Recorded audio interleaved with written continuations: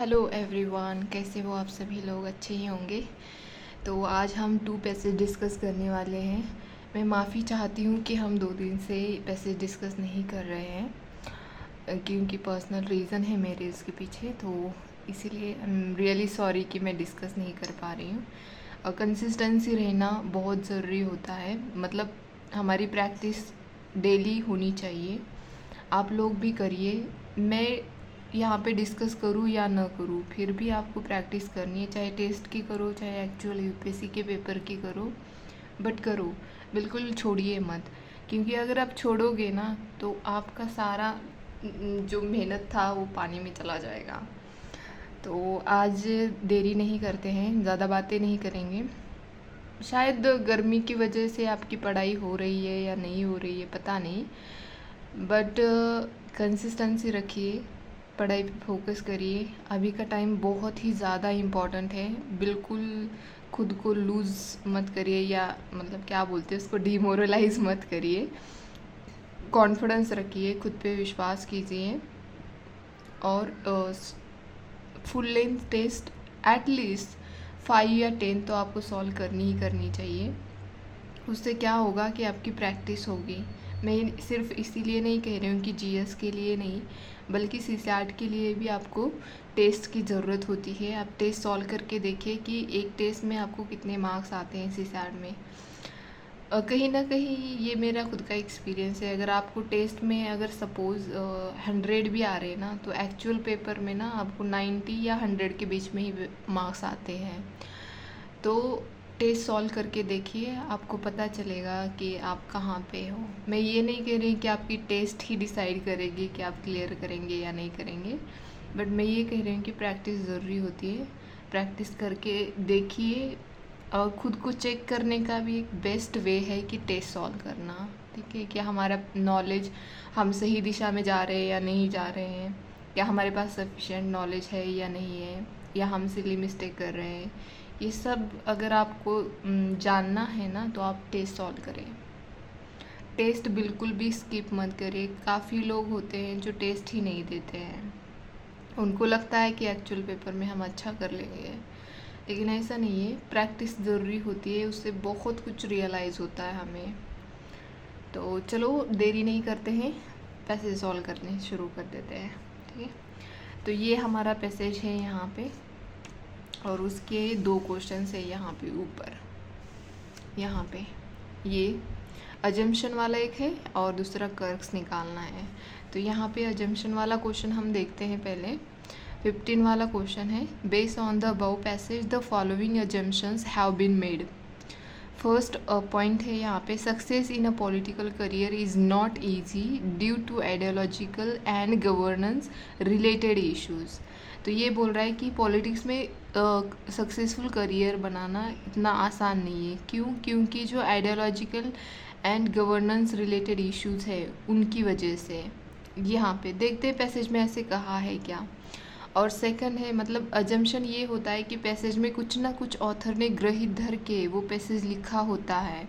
तो क्या ऐसा कुछ कह रहे हैं ऑथर, हमें ये देखना है हमें। सेकंड है, in the domain of public service the notion of an ethical politician is a myth. तो हम इसको भी देखेंगे कि ऐसा कुछ कहा है ऑथर ने। जो ये एथिकल पॉलिटिशियन का ये जो नोशन है, मतलब आइडिया है ये, कि मिथ है या नहीं है पब्लिक सर्विस में, तो ये हम देखेंगे। यहाँ पे पूछा है हमें वैलिड अजम्पशन, मतलब यहाँ इसमें से कौन सा सही अजम्पशन है वो देखना है हमें। और ऑप्शन दे रखे हैं 1 only, 2 only, both and neither. और नेक्स्ट वाला दे रखा है बेस्ट कर्क्स निकालना है, मतलब पैसेज की मेन थीम क्या है ये निकालना है हमें। तो पहले इसके लिए हमें पैसेज पढ़ना पड़ेगा, बाद में जाके हमें आंसर निकालने हैं। ठीक है, तो चलो देखते हैं पैसेज। यहाँ पे बोला गया है कि politics in India is a complex and multi faceted journey. बोल रहा है कि पॉलिटिक्स जो है यहाँ पे बहुत ही कॉम्प्लेक्स जर्नी है इंडिया में पॉलिटिक्स की। Politicians have the power to drive transformative changes and advocate for the needs and aspiration of the people they serve. तो यहाँ पे हम पैसेज को सेंटेंस वाइज डिवाइड करेंगे ताकि हमें समझ में आए, इसीलिए।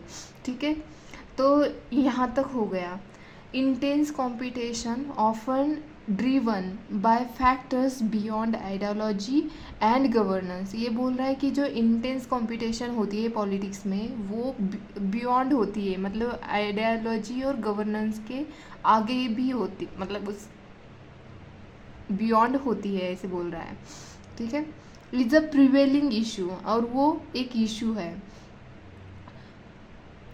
Partition conflicts and the struggle to maintain ethical standards in a polarized environment can overshadow the noble ideals of public service। तो ये बोल रहा है जो पार्टीज होती है उनके, मतलब पार्टीशन जो होते हैं उनकी कन्फ्लिक्ट एंड उनके स्ट्रगल जो होते हैं वो एथिकल स्टैंडर्ड जो होता है और जो एनवायरनमेंट होता है उसका एक ओवर शैडो हो सकता है, चाहे वो पब्लिक सर्विस का नोबल आइडियल्स भी क्यों ना हो, तो उसका सिर्फ वो ओवर शैडो हो सकता है, ऐसे बोल रहा है।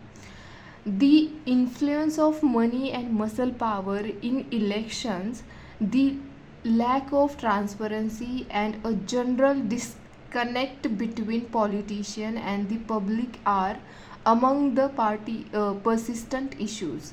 तो ये बोल रहा है कि जो मनी का इश्यूज होता है या मसल पावर जो होती है इलेक्शन में, उसकी वजह से क्या होता है, lack of transparency, general disconnect between the politicians और पब्लिक, मतलब जो पॉलिटिशियंस होते हैं और पब्लिक होती है उसके बीच में बहुत सारे इश्यूज लगातार रहते हैं, ऐसे बोल रहे हैं यहाँ पे। Successful politicians often combine dedication, effective leadership and a genuine commitment to the welfare of their constituents to navigate the challenges and contribute positively to the nation's progress। तो ये बोल रहे हैं कि अगर एक सक्सेसफुल पॉलिटिशियंस है तो वो कैसे हमें पता चलता है, क्योंकि उसके पास कंबाइंड डेडिकेशन होता है, इफ़ेक्टिव लीडरशिप का, जेन्युइन कमिटमेंट करता है वो लोगों के वेलफेयर का, मतलब लोगों के हित में बात करता है वो, और पॉजिटिवली कंट्रीब्यूट करता है हमारे नेशन के प्रोग्रेस में, तो उसको हम क्या कहते हैं, वो सक्सेसफुल पॉलिटिशियंस है।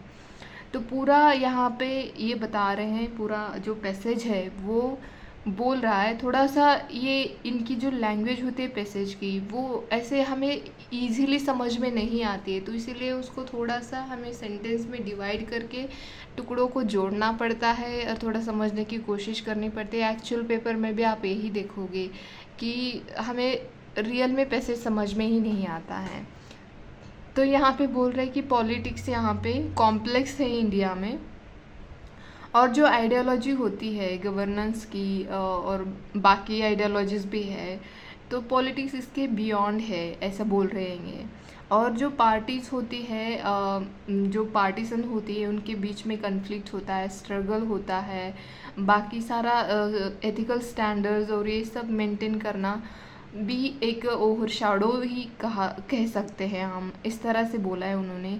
और इसमें सिर्फ जब इलेक्शंस और ये सब होते हैं उसमें मनी भी इन्फ्लुएंस करता है, मसल पावर इन्फ्लुएंस करती है, तो इसकी वजह से ट्रांसपेरेंसी नहीं रहती है और लोगों के बीच में और जो पॉलिटिशियन होता है उनके बीच में एक परसिस्टेंट इश्यूज बने, मतलब लगातार रहते हैं इश्यूज उनके बीच में, पब्लिक एंड पॉलिटिशियन के बीच में।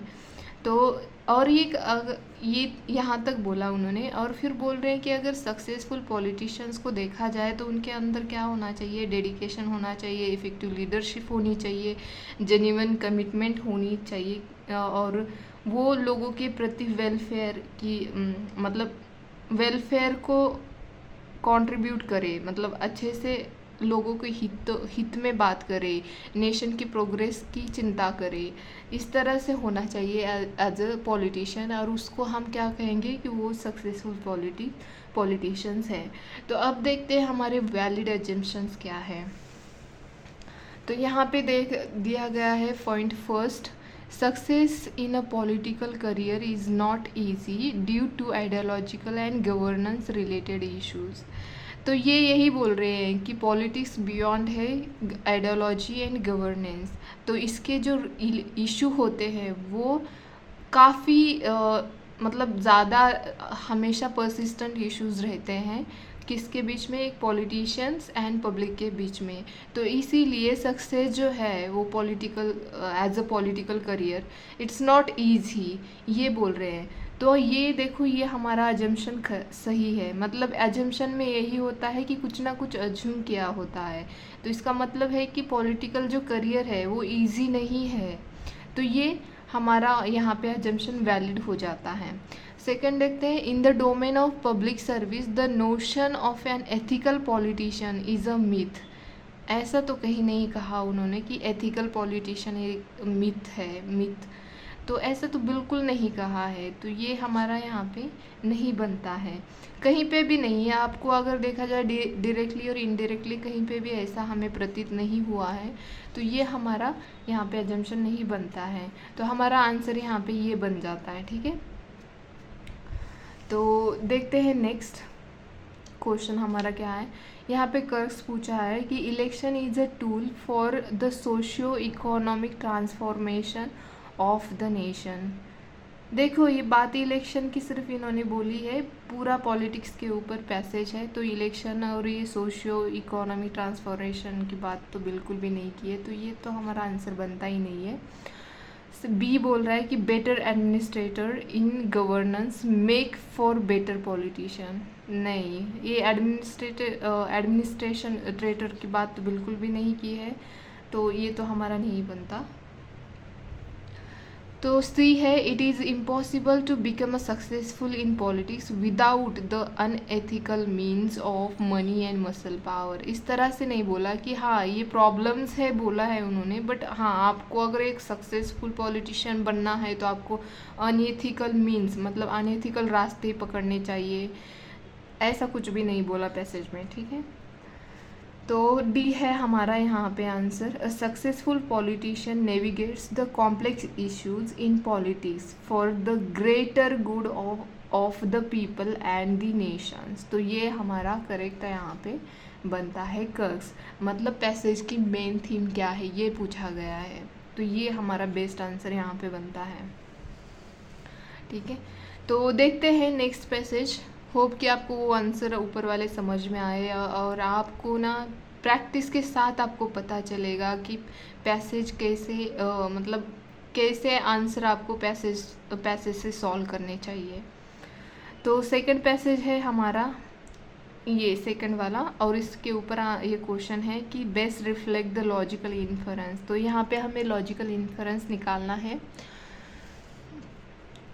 तो यहाँ पे ऑप्शंस दे रखे हैं, देखते हैं इनमें से कौन सा बेस्ट इन्फरेंस है, तो उसको देखेंगे हम। तो यहाँ पे पैट्रियार्की पे ये पैसेज है, मैंने खुद सॉल्व की है पहले। पैट्रियार्की अ डीपली इनग्रेन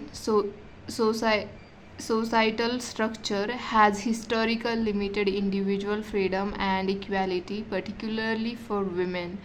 देखो ये मैंने खुद पहले सॉल्व किए हैं और ये इन पैसेज को मैंने टेलीग्राम चैनल पे अपलोड भी किया था ताकि आप पहले सॉल्व कर सको, और अगर गलत हो जाते हैं तो क्यों गलत हो रहे हैं तो इसके लिए आप वीडियो देख सकते हो। मैंने पहले भी आपको बोला है कि तो प्लीज़ आप टेलीग्राम चैनल ज्वाइन करें, पहले पैसेज सॉल्व करें, और जो भी एग्ज़ाम के लिए इम्पॉर्टेंट चीज़ें होती है वो मैं वहाँ पे अपलोड करती हूँ, तो आपको बेनिफिट होगा, ठीक है। तो चलो देखते हैं passage. It has perpetuated gender based hierarchies and denied full autonomy to marginalise groups. तो ये पूरा जो पैसेज है वो पैट्रियार्की पे है, कैसे यहाँ पे फ्रीडम नहीं, मतलब जो भी वुमेन के लिए फ्रीडम होना चाहिए उसके लिए लिमिटेशंस है बोल रहा है, उनकी फ्रीडम इक्वालिटी के लिए वुमेन के लिए लिमिटेड है ये बोल रहा है। और ये जेंडर बेस्ड हायरार्कीज़ है and denied full autonomy to marginalise group. जो मार्जिनाइज ग्रुप होते हैं उनके लिए ऑटोनॉमी डिनाइड हो जाती है। डिनाइड का मतलब मनाही होती है, रोका जाता है इस तरह से। True freedom encompasses breaking free from such constraints, मतलब जो ये ऑब्स्टैकल्स है, ये जो रुकावट है, उसको अगर ब्रेक करना है ना, ब्रेक करेंगे तभी ये ट्रू फ्रीडम होगा, ऐसे बोल रहे हैं। And recognise that respect for every individuals right and dignity is paramount. और हमें ये रिकॉग्नाइज करने की ज़रूरत होती है कि एवरी इंडिविजुअल है, उसकी राइट्स है, उसकी डिग्निटी है, वो सबसे बड़ी है, मतलब पैरामाउंट है, ठीक है। तो यहाँ तक बोला गया है। एक डीपली इनग्रेन्ड सोसाइटल स्ट्रक्चर होता है पैट्रियार्की, ऐसा इनका कहना है पूरे पैसेज में। Freedom flourishes when individuals are empowered to make choices without discrimination and respect is extended universally। तो ये बोल रहा है कि फ्रीडम तब फ्लरिश होता है जब इंडिविजुअल के पास राइट हो कि क्या चॉइस हमें बनानी चाहिए, विदाउट डिस्क्रिमिनेशन, मतलब कोई भेदभाव नहीं होना चाहिए, और वो मतलब तभी जाके वो इंडिविजुअल अच्छे से अपनी चॉइस बना सकता है। By dismantling the rigid structure of patriarchy and fostering an inclusive society that values the autonomy, worth and freedom of all its members। तो ये बोल रहे हैं डिसमेंटलिंग, मतलब जब तक हम इसको डिनाउंस नहीं करते, छोड़ नहीं देते पैट्रियार्की के ये रिजिड जो स्ट्रक्चर है उसको, तब तक मतलब ये जो इंक्लूसिव सोसाइटी होती है, या इसको फॉस्टर करना, मतलब उसको उसकी ग्रोथ जो होती है, उसकी वैल्यू होती है, उसकी एटोनॉमी होती है, उसकी वर्थ होती है, उसको बढ़ावा तभी मिलता है जब हम इसको डिसमेंटलिंग कर देंगे। तो ये बोल रहे हैं यहाँ पे, we can pave the way for a more just and equitable world where respect and freedom coexist harmoniously. और तब जाके हम एक साथ कोएग्जिस्ट, मतलब एक साथ सुखी रह सकते हैं, एक साथ एक दूसरे की रिस्पेक्ट करेंगे, ऐसे वर्ल्ड दुनिया में जहाँ पे हम एक दूसरे की रिस्पेक्ट करेंगे, एक दूसरे के फ्रीडम को भी हम रिस्पेक्ट करते हैं, तभी तो हम कोएग्जिस्टली रह सकते हैं ना। जैसे कि आप देखो, मैं एग्जांपल बता रही हूँ कि इंडिया में बहुत सारे कल्चर्स है, बट हम एक दूसरे के कल्चर को, मतलब कल्चर हो चाहे रिलीजन हो, अलग अलग रिलीजन है, अलग अलग कल्चर्स है। हमारे इंडिया को डाइवर्स माना जाता है, डाइवर्स कल्चरली डाइवर्स है, इसी जोग्राफिकली डाइवर्स है, तो बट हम कोएग्जिस्ट करते हैं ना, मतलब एक साथ रहते हैं ना, एज ए इंडियन सभी एक साथ मतलब मिलजुल के रहते हैं ना। हालांकि इशू तो हर फैमिली में होते हैं, वैसे हमारे इंडिया में भी है, कोई दिक्कत नहीं है, बट हम हारमोनियसली रहते हैं ना, बावजूद कि हमारे अलग अलग कल्चर होने के बावजूद भी, हमारा अलग अलग रिलीजन होने के बावजूद भी हम हारमोनियसली रह सकते हैं। तो इस तरह से ही ये कह रहे हैं यहाँ पे, जब दोनों वुमेन हो चाहे मेन हो, एज ए इंडिविजुअल को फ्रीडम मिलता है, तो हम उनके मतलब फ्रीडम होते एज ए इंडिविजुअल के राइट और उसके फ्रीडम का हम रिस्पेक्ट करते हैं, उसकी डिग्निटी का रिस्पेक्ट करते हैं, तो हम अच्छे से एक साथ रह सकते हैं।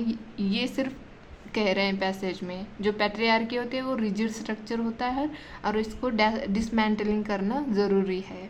तो देखते हैं इससे बेस्ट लॉजिकल इन्फ्रेंस क्या निकल के आता है, क्या ये बोल रहा है। देखते हैं पैसेज में, फर्स्ट ऑप्शन है यहाँ पे हमारे क्वेश्चन में, patriarchy is a contradiction to the constitutional values almost all countries. क्या इसकी बात की है इन्होंने? बिल्कुल नहीं। ये constitutional values and almost all countries, बिल्कुल नहीं, तो ये तो हमारा आंसर नहीं बनेगा। सेकंड है dismantling patriarchy and ushering in a state of freedom and equality for women is a utopian ideal। Utopian ideal, हाँ ये ज़रूर बोला है कि इन्होंने डिसमेंटलिंग करना चाहिए इस रिजिड स्ट्रक्चर को, बट ये यूटोपियन आइडियल्स नहीं बोला है इन्होंने, ठीक है।